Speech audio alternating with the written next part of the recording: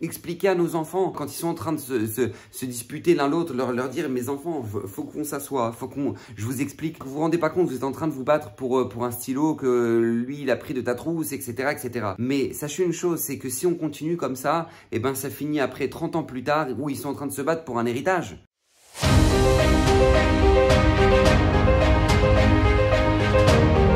Alors, Bezrat Hashem, le Zera Shimshon d'aujourd'hui est dédié pour l'élévation de l'âme de Stéphane Yair Masoud Ben Avraham, dont se termine justement l'année aujourd'hui.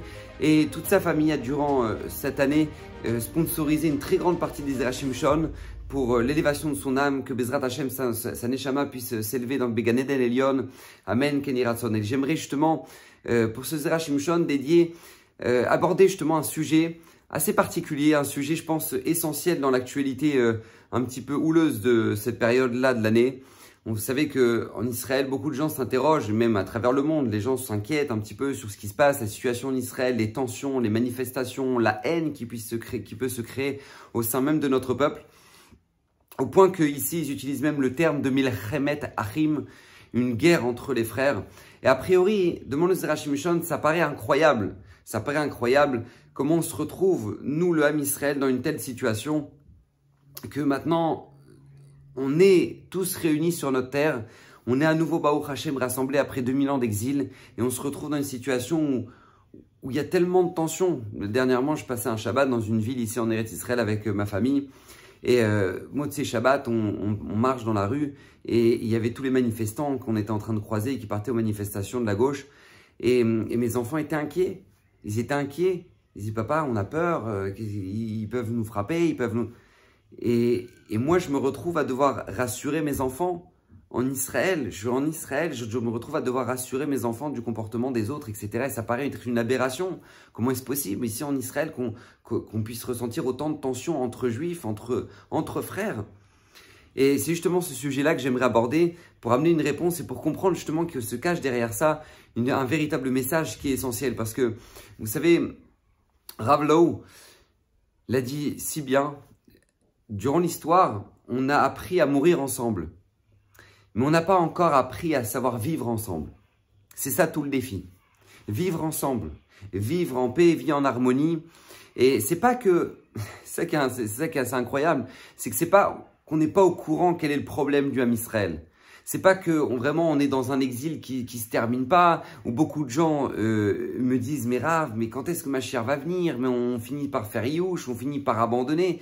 Mais ce qui est incroyable, c'est que des fois même ces mêmes gens-là qui me disent ça, qui me disent Rav, quand est-ce que Mashiach va venir? Ça y est, on n'en peut plus. Mais ces mêmes gens-là, des fois, ne parlent plus à leur sœur, ne viennent pas au mariage du cousin, sont dans des démarches juridiques pour un héritage avec la famille et qui se parlent plus. Et ces mêmes gens-là, ils finissent par nous dire mais je comprends pas, pourquoi Mashiach il n'est pas là? Qu'est-ce qu'il faut? Il faudrait que maintenant les problèmes s'arrêtent, il faudrait que la souffrance du Ham Israël s'arrête. Mais c'est pas qu'on n'a pas la solution.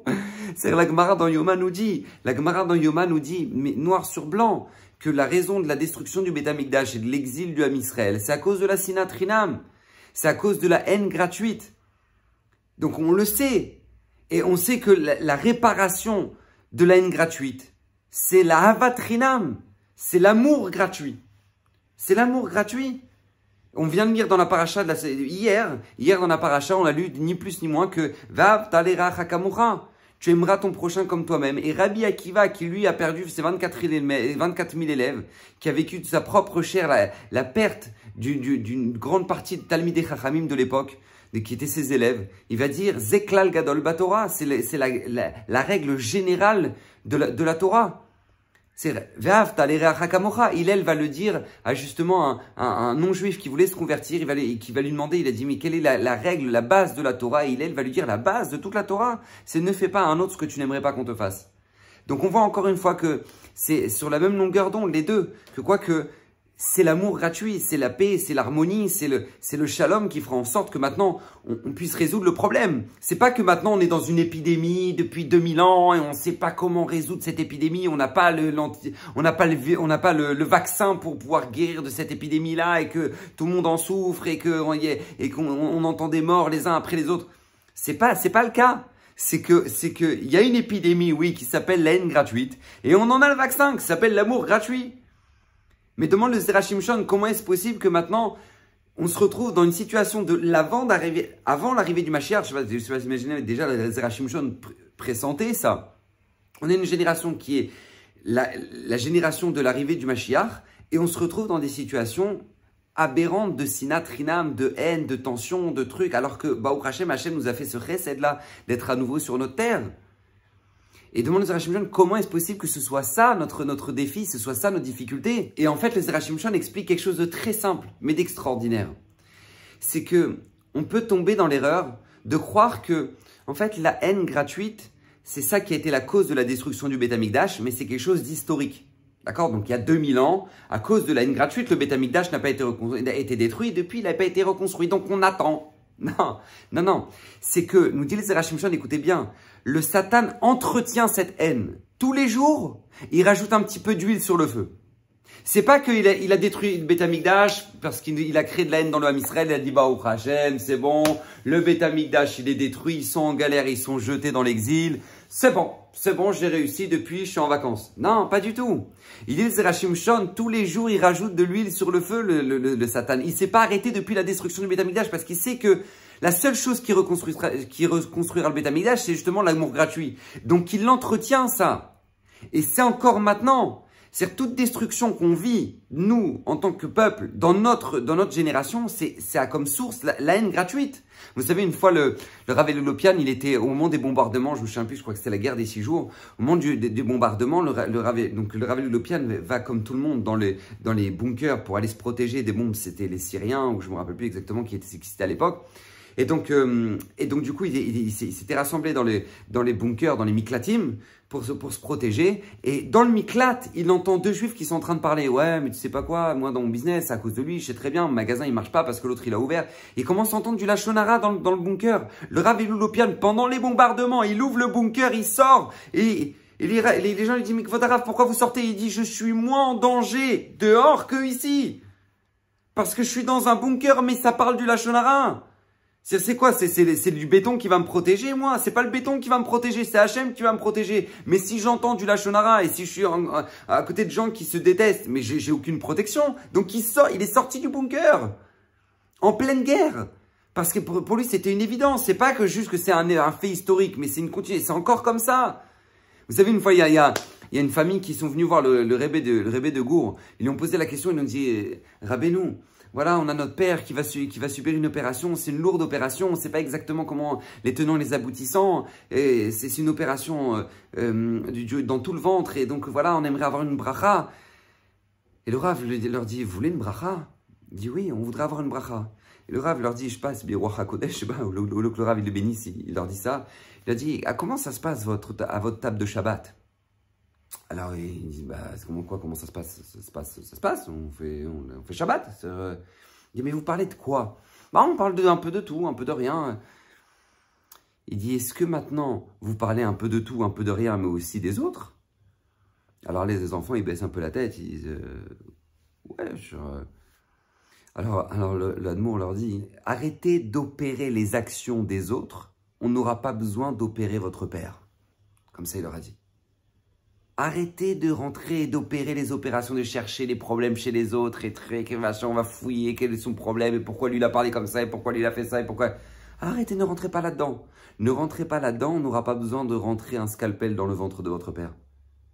Comme ça leur a dit l'Admour de Gour. Pourquoi? Parce que c'est pas, encore une fois, c'est pas un fait historique. C'est une réalité qu'on a maintenant. Et combien simple, vous regardez ce qui se passe dans la génération. C'est dans le Shalom Bayit. Le Shalom Bayit est touché par ça, par la haine, par les disputes, par des insultes, par de la tension, l'éducation des enfants. On ne parle plus avec les enfants. Des tensions entre les enfants eux-mêmes, entre les frères et les sœurs. Dans les héritages, une fois que la personne elle a quitté ce monde, dans l'héritage, qui va toucher l'appartement, qui va toucher le bijou de maman, qui va truc, qui va machin. C'est après la mort de ceux qu'on aime le plus. Et bien là, il y a des disputes, là, il y a des guerres, là, ça se bat dans les communautés. Dans les communautés. C'est-à-dire, tu sais que tu sors de la synagogue, tu as des caméras de partout parce que l'homme Israël, là où il se trouve, il est en danger. On a tous des caméras dans toutes les synagogues. Mais maintenant, on sait que dans la synagogue, on est en danger. Pourquoi? Parce que, oui, il se prend pour qui ce président pour parler comme ça? Et lui, ce trésorier là, hein, il se prend pour qui, lui, d'où il sort? Tu vois, moi, je vais lui apprendre la comptabilité. Et à la fin, on se retrouve, mais Mais comment c'est possible? On est entouré de gens qui ne cherchent pas forcément la paix avec nous, et bien au contraire. Et quand on est ensemble, on arrive à créer des tensions. Ça paraît incroyable, ça paraît a priori aberrant. Et tu marches dans la rue et tu vois des gens qui partagent pas les mêmes idées que toi. Et il y a de la haine, et il y a de la tension, et des trucs. Mais il demande le Zera Shimshon, pourquoi c'est comme ça? Pourquoi il se bat le Satan? Il nous dit le Zera Shimshon, en fait, et là se cache un message absolument magnifique et qui est tellement nécessaire pour nous et qui est tellement important justement dans notre génération, c'est que le Satan sait que c'est bientôt sa fin.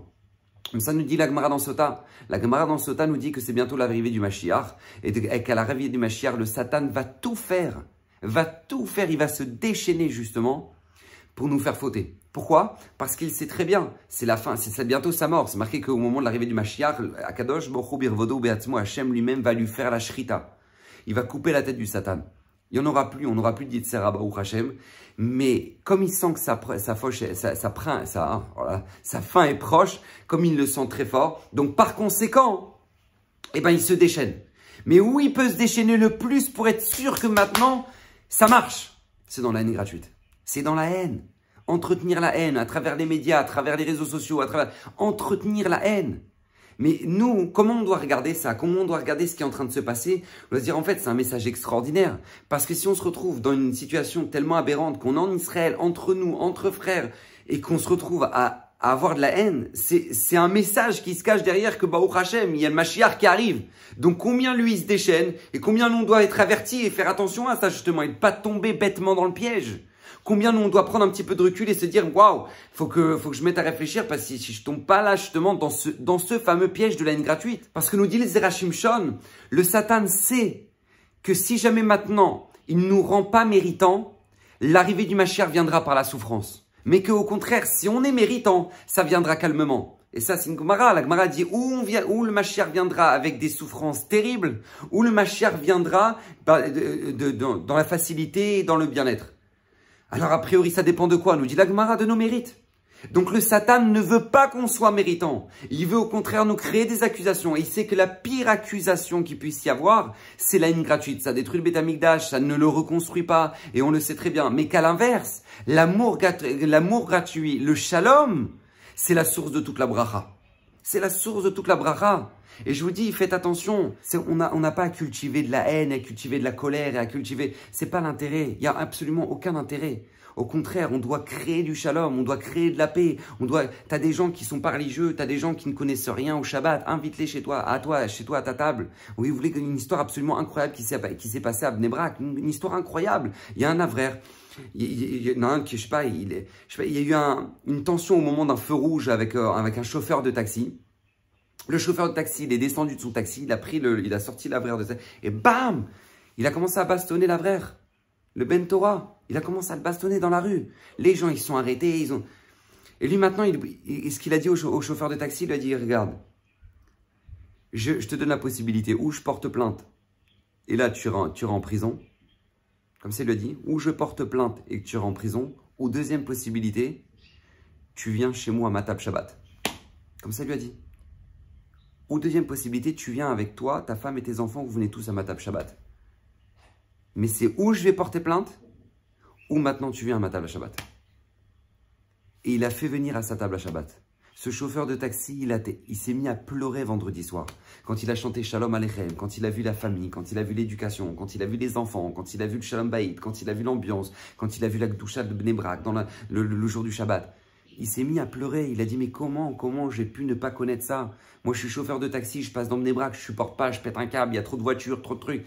Et comment maintenant, je n'ai même pas connu un monde tellement extraordinaire. Et depuis, ils sont devenus les meilleurs amis du monde et le chauffeur de taxi vient à Bnei Brak et il étudie avec lui. Pourquoi? Parce que bien souvent, c'est de l'ignorance. C'est tout simplement de l'ignorance.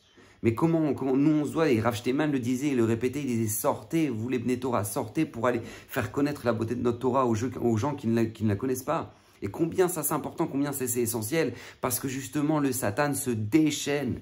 Il se déchaîne à travers les médias, à travers tous les supports possibles pour créer de l'attention, pour créer de la haine. Et c'est à nous de ne pas tomber dans ce piège justement. C'est à nous de prendre du recul et créer de l'amour, de créer de l'amour gratuit, de créer de la patience, de créer de la compréhension. Expliquer à nos enfants ça. Expliquer à nos enfants, quand ils sont en train de se disputer l'un l'autre, leur dire, mes enfants, faut qu'on s'assoie, je vous explique la gravité de la situation que vous êtes en train de faire, que vous êtes en train de créer entre vous. C'est-à-dire que vous vous rendez pas compte, vous êtes en train de vous battre pour un stylo que lui, il a pris de ta trousse, etc., etc. Mais sachez une chose, c'est que si on continue comme ça, eh ben, ça finit après 30 ans plus tard où ils sont en train de se battre pour un héritage. Les enfants, il faut comprendre jusqu'où le Satan est prêt à vous emmener. Il faut que vous soyez conscient que le vitour, laissez passer, fermez les yeux sur le mal qu'on peut vous faire. C'est la base de la vie, c'est la base du relationnel entre l'homme et la femme, entre l'homme et son prochain. C'est la base. Et combien on doit construire ça chez nous, ça doit faire partie de notre vie. Et au contraire, amener du bien, se poser la question combien moi j'ai pu amener comme bien aujourd'hui dans mon quotidien. Vous savez, je finirai avec cette histoire absolument incroyable. Le Rebbe Mitzans Klosenborg. Le Rebbe Mitzans Klosenborg qui a perdu ses 11 enfants dans la Shoah, qui a perdu sa femme et ses 11 enfants, c'est lui qui a créé l'hôpital Laniado, l'hôpital de Natania. Le Rebbe Mitzans Klosenborg, quand il était dans les camps, ses chassidim, ils nous ont dit, Rabbeinu, je ne comprends pas, avec toutes les souffrances du Ham Israël, le Beth Amikdash là-haut, il n'est pas reconstruit. Le troisième Beth Amikdash, il n'est pas reconstruit. Avec toutes les mitzvot, la Messirut Nefesh qu'on fait, les tfilot dans les camps, le troisième Beth Amikdash, il n'est pas reconstruit. Alors le Rebbe de Gour, il a dit à ses chassidim, oui, il est reconstruit. Alors il dit, alors pourquoi il vient pas? Pourquoi il ne redescend pas le troisième Beth Amikdash? Pourquoi il ne descend pas du ciel? Pourquoi on n'a pas la Géoula? Et là, le Rebbe, il a dit, parce que tout simplement, il manque une chose, il manque le rideau de l'entrée. Il manque juste le rideau de l'entrée. Alors les chassidim, ils ont dit, alors Rabbeinu, s'il manque juste le rideau de l'entrée, alors vous, par votre mérite, accrochez-le, la parochette, accrochez-la. Et là, le Rebbe, il a dit, j'essaye de l'accrocher, mais quand j'essaie de l'accrocher, il y a des gens qui tirent vers le bas pour l'enlever. Nous, on doit se coucher le soir avant de dormir, on doit se dire, est-ce que moi j'ai fait partie des gens qui ont accroché la parochette aujourd'hui ou des gens qui ont tiré la parochette? Et je vous souhaite tous, Bezrat Hashem, que par le mérite du Zera Shimshon, par le mérite de ses enseignements, par le mérite, Bezrat Hashem, de notre Torah Kdosha, qu'on puisse tous, les uns les autres, s'aimer de plus en plus, Bezrat Hashem, créer du shalom dans notre peuple, créer de l'amour gratuit, de la Avat Chinam, pour que le Beth Amikdash puisse être construit, mais Mera Biamenu au plus vite, et que Bezrat Hashem puisse avoir la paix parmi le Ham Israël, Bezrat Hashem, Amen, Amen, et que toutes ces paroles soient dédiées pour l'élévation de l'âme de Stéphanie Masoud Ben Abraham. Brachavat, Sacha, Bouchim, tu vois la semaine prochaine.